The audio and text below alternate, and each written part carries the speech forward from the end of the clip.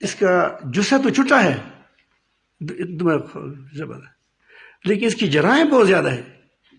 گالی اس سے نکلتی ہے، تان اس سے نکلتا ہے، چغلخوری یہ کرتا ہے. بہت بہترین گھر ہے آپس کا جڑا ہوا گھر ہے، 4 بیٹے ہیں، بوڑھا ہے، بیٹیاں ہیں، بڑا خوش ہے. طلاق طلاق طلاق کیا، گھر بگڑ گیا.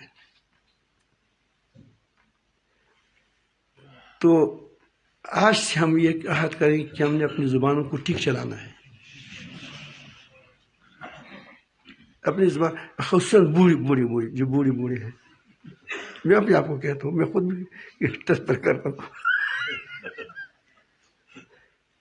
کیونکہ اس کے اعصاب کمزور ہوتے ہیں، اور جب اعصاب کمزور ہوتے ہیں تو اس سے وہ رباب کی تاریں بن جاتی ہے، خود تک ہوا بھی اٹھتی ہے تو یہ کیا آتا ہے، یہ ٹنگ ٹنگ کرتا ہے. تو یہ پہلی بات میں آپ کو ترتیب بتاؤں کہ آپ کیسے آپ کی زبانیں کنٹرول میں ہو جائیں گی. اللہ تعالیٰ میں استحضار نصیب فرمائے. اگر کسی کو یہ استحضار حاصل ہو جائے کہ میں جو بات نکالوں گا وہ میں قیامت کے دن کی میزان کڑا ہے اسی میں ڈالتا ہوں،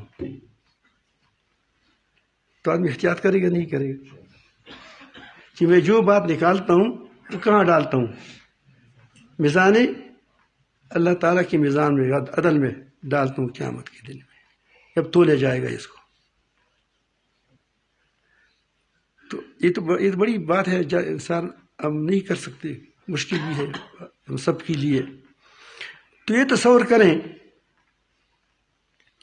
کہ جو پہلے جہاں بات کرنی ہو تو کوشش کریں کہ خاموش رہیں، بات سنیں، سننے میں فائدہ ہے. اور ہر بات بھی نہ سنیں ہر کسی کا. ہمارے ساتھ مسر شاہ صاحب تھے، ہم ایک مسجد میں چلے گئے، اس نے بہت شرکیہ باتیں کی، جو عالم تھا. تو میں جب باہر آ گئے، جمعہ کا دن تک کسی راستے میں ویسے کھڑے تھے نماز کے لیے. جب میں باہر آ گیا تو میں نے مسر شاہ صاحب کو کہہ دیا کہ آپ نے باتیں سنی، بہت زبردست خطرناک باتیں کی انہوں نے، تو جو شریعت سے ہٹی ہوئی تھی. اس نے کہا میں نے تو نہیں سن لیا. میں نے کہا کیوں؟ اس نے کہا کہ جس بات کو آدمی کو میں پہچانتا نہیں ہوں اس کی بات بھی نہیں سنتا.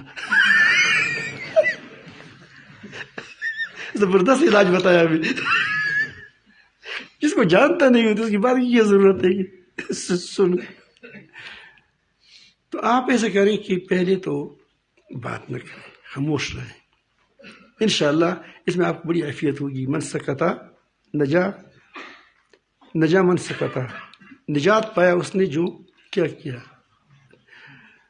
اور خاموشی خود بھی عبادت ہے. آدمی رہے اللہ پاک تک متوجہ رہے، بس یہ بھی کافی. یعنی اللہ پاک یہ نہیں کہ خاموش رہے دل میں لوگوں کے لیے کیا کرے، کڑیاں پکائے، وہ نہ کرے.